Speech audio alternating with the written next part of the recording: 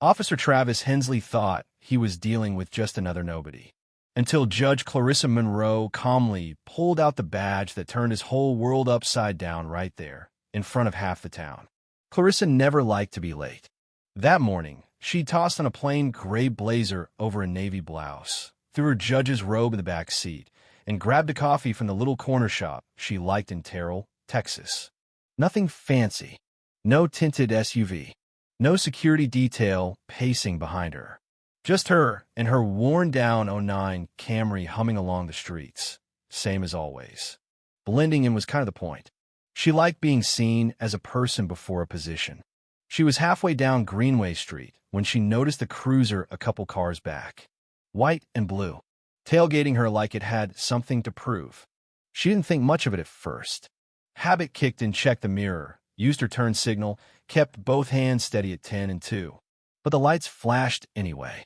Clarissa pulled over neatly next to a gas station and sat there, calm, collected, her fingers resting firm on the wheel. Through the side mirror, she spotted the officer. Young, white, stocky, walking fast, like he was already mad before she'd even rolled down the window. He flung open the door like he owned the sidewalk. You in a rush or something? He snapped, not even pretending to be polite. Clarissa kept her tone smooth. Good morning, officer. May I ask why I'm being pulled over? He didn't answer. License and registration. He barked, hand twitching near his belt like it was some kind of threat. She reached into her purse, slow, deliberate, narrating every move. I'm just grabbing my wallet, officer. That only made him madder. Don't move so slow. You think this is funny? He leaned in closer. His breath hit her face, bitter coffee and stale ego. Clarissa held steady. I'm cooperating, sir. Here's my...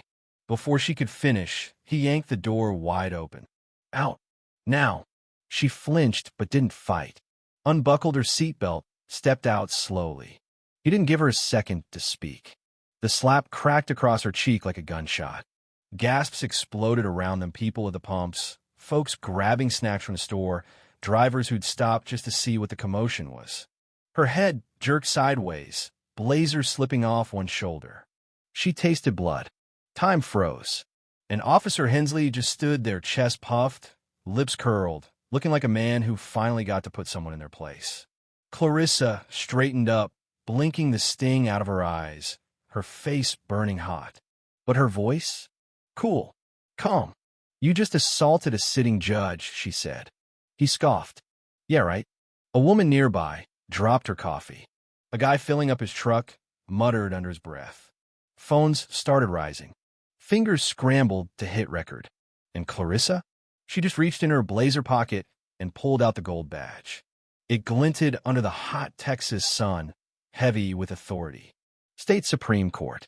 Hensley's face drained color like water down a sink. Clarissa didn't speak. She didn't have to. The crowd did it for her. You messed up, someone shouted. She stayed silent, though her cheek throbbed and her heart pounded like a drum. She wasn't just standing up for herself. Now she was standing up for every single person who never had a badge to protect them. And things were just getting started. For a second, Hensley's hand twitched near his holster. Clarissa's eyes narrowed. Was he really about to double down? But the sea of phones held high like armor made him hesitate. Put that away, he yelled at a teen filming across the street. His voice cracked. The kid didn't budge. Clarissa's voice cut through the chaos, low, steady, full of storm. You assaulted me in front of witnesses. You will answer for it. Hensley stumbled back, breathing hard. A mechanic older guy, overalls smudged with grease, called out. You better call your boss, son. You just cooked your own goose. Clarissa watched his hands tremble. She almost felt sorry for him. Almost. He grabbed his radio. Requesting backup, he stammered. Possible disturbance at the Shell on Greenway and Cypress. Left out the part where he was the disturbance. Clarissa stood there, arms crossed, badge gleaming, blood rising under bruised skin, and waited.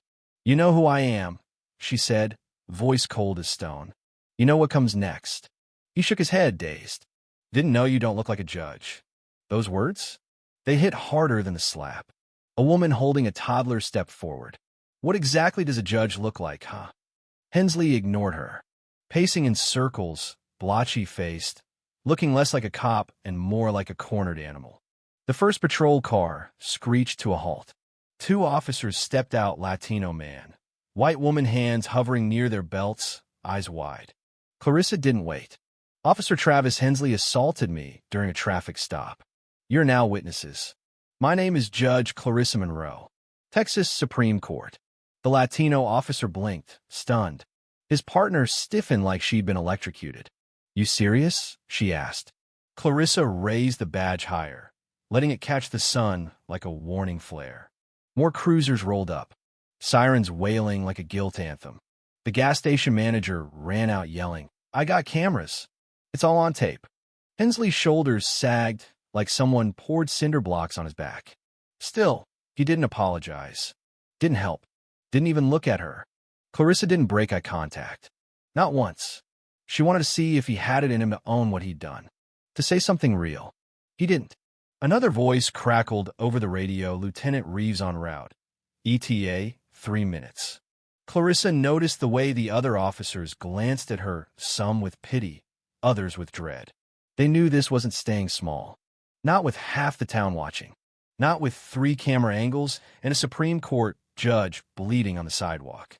Ma'am, are you injured? The female officer nameplate said. Saunders asked quietly. Clarissa nodded. He struck me across the face. Saunders looked like she wanted the ground to open up and swallow her whole. EMS is on the way. We were going to handle this. I'm not leaving, Clarissa said. Not until Lieutenant Reeves arrives. No room for argument. And when he showed up, black SUV, government plates, storm face on it, was like thunder rolled into that gas station. Lieutenant Vernon Reeves stepped out like a man with no time for games. Salt and pepper hair, square jaw, mirrored sunglasses ripped off as soon as he saw the scene. He clocked Clarissa, first the badge, the bruise, the silence, and pushed through the crowd like a bulldozer. Judge Monroe, he said, low, serious. Are you all right? Clarissa didn't speak. Just turned her head to show the raw handprint swelling on her cheek. Reeves didn't flinch. Just turned to Hensley. What the hell happened? Clarissa beat him to it. This officer pulled me over without cause. Demanded I exit my vehicle. Then struck me. Before verifying my identity. Reeves narrowed his eyes. You hit her. Hensley swallowed hard. Who didn't know who she was. That was supposed to make it better? Clarissa stepped in. My title doesn't make what he did worse. It just makes it undeniable. Reeves didn't need to hear more. Hand over your weapon and badge. Now. Hensley froze. Lieutenant, you can't be serious. Reeves didn't yell. He didn't need to. You assaulted a Supreme Court judge, Travis. You're lucky I'm not putting cuffs on you myself. Hensley's hands shook as he surrendered his badge and sidearm. Clarissa watched, not with satisfaction, with disappointment. The kind that sticks in your teeth. He was escorted to another cruiser. No fight. No last words. Just shame. Reeves turned back. Medical's on the way. I'm sorry, Mom. We'll handle this. Clarissa's voice cracked slightly. See that you do. The mechanic came up again. Ma'am, I got it all. Every second. On video. Thank you, Clarissa said. Ain't nobody gonna spin this. And he was right. Because within the hour, the footage was out. Clarissa's name was trending. Headlines screamed. Commentators raged. The world had just witnessed a town secret blow wide open. And Clarissa? She sat in a quiet, gray-walled room at the precinct, sipping stale water, waiting for what came next. Not because she wanted it, because justice demanded it. By evening, internal affairs was already knocking. By morning, protesters lit up the courthouse steps. And by week's end, Officer Travis Hensley was sitting in court not as law enforcement, but as a defendant. Clarissa took the stand.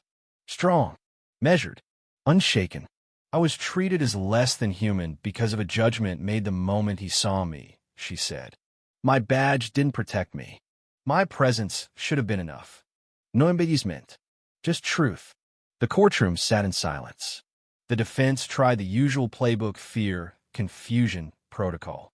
But there were too many cameras, too many voices, too many people who had seen what really happened. The verdict came swift: guilty of battery, abuse of authority, violation of civil rights. Clarissa stepped outside into a wall of flashing cameras. "My name is Judge Clarissa Monroe," she said. "And what happened to me happens to too many people who don't have a title to shield them." She didn't smile. She didn't cry. She told the truth plain, loud, undeniable. That night, someone from Louisiana messaged her. "Because of you, I'm applying to law school." Clarissa sat back on her porch, phone in hand, wind soft on her face, and whispered to no one. Then it was worth it. And the next morning, she got up, drank her coffee, and got back to work. Because dignity isn't something you demand with rage. Sometimes it's what you carry quietly, firmly, every single day. If you believe in standing for dignity, respect, and truth, even when it's hard, don't stay silent. Be someone's reason to hope. Share this story. Let's keep pushing forward together.